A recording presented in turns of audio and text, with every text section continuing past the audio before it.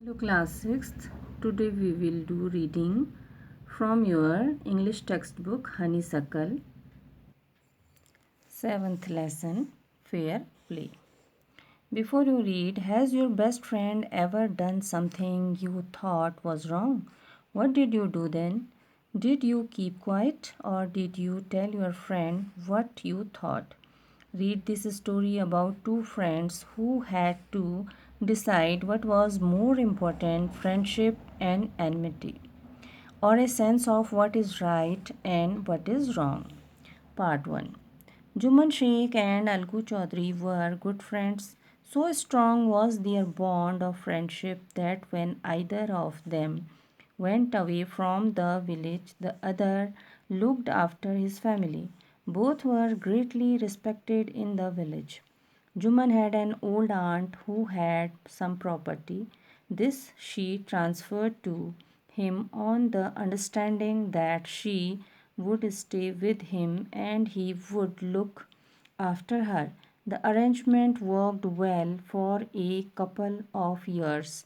Then the situation changed.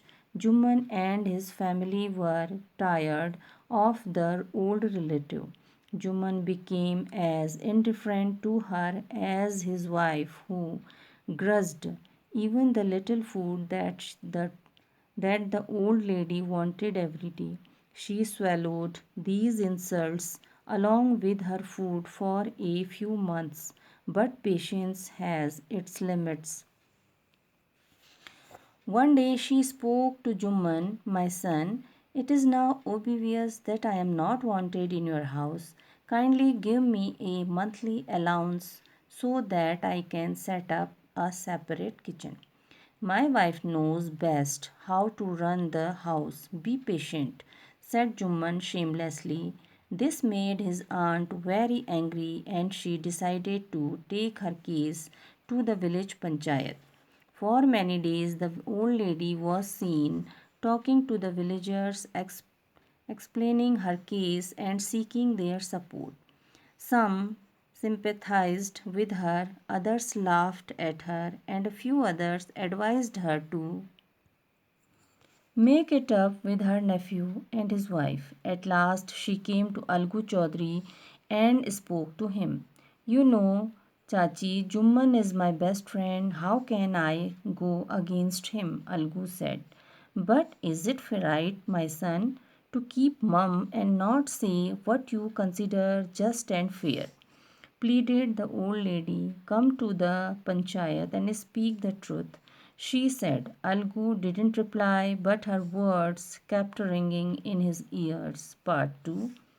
The panchayat was held, and the same evening, under an old banyan tree, Juman stood up and said, the voice of the Panch is the voice of God. Let my aunt nominate the head punch. I will abide by her decision. The punch knows neither friend nor enemy.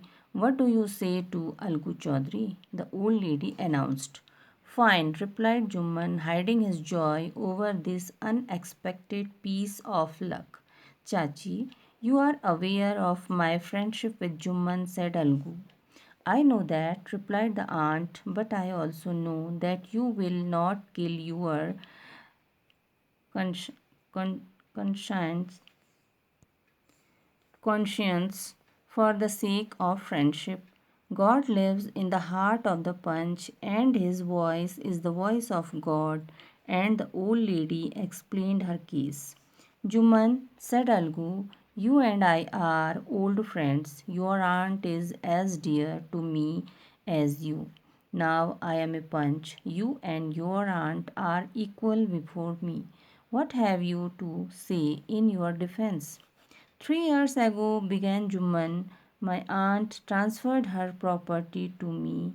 I promised to support her as long as she lived. I have done all I could. There have been a couple of quarrels between my wife and her, but I can't stop it.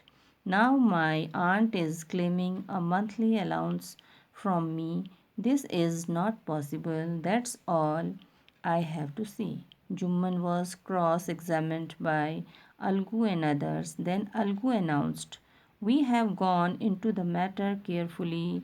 In our opinion, Juman must pay his aunt a monthly allowance, or else the property goes back to her." Now, the two friends were seldom seen together. The bond of friendship between them was broken. In fact, Jumman was Algu's enemy and wanted his revenge. Now, part third. Days passed, and as ill luck would have it, Algu Chaudhary found himself in a tight spot. One of his fine pair of bullocks died, and he sold the other to Samjhu Sahu, a cart driver of the village. The understanding was that Sahu would pay the price of the bullock in a month's time. It so happened that the bullock died within a month. Several months after the bullock's death, Algu remained Sahu of the money he hadn't yet paid. Sahu got very annoyed. "I can't pay you a penny for the wretched beast you sold me. He brought us nothing but ruin. I have a bullock. Use it for a month and then return it to me." "No money for the dead bullock," he said angrily.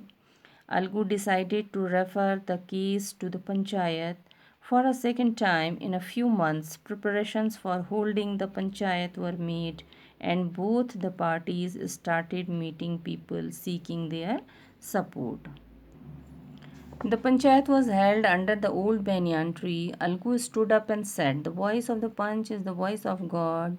Let Sahu nominate the head panch. I will abide by his decision." Sahu saw his chance and proposed the name of Jumman. Algu's heart sank and he turned pale.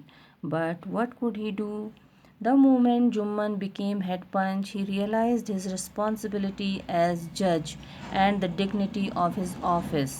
Could he, seated in that high place, have his revenge now?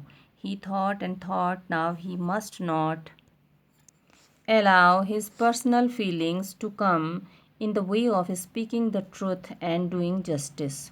Both Algu and Sahu stated their cases. They were cross examined and the case was considered deeply.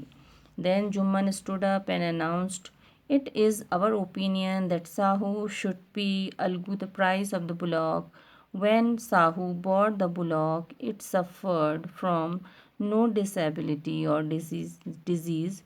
The death of the bullock was unfortunate, but Algu cannot be blamed for it." Algu could not contain his feelings. He stood up and said loudly over and over again, "Victory to the panchayat. This is justice. God lives in the voice of the punch." Soon after, Jumman came to Algu, embraced him, and said, "Since the last panchayat, I had become your enemy. Today I realized what it meant to be a punch. A punch has no friend nor enemy. He knows only justice. Let no one deviate from the path of justice and truth for friendship or enmity." Algu embraced his friend and wept, and his tears washed away all the dirt of misunderstanding between them. Premchand retold. Thank you for watching.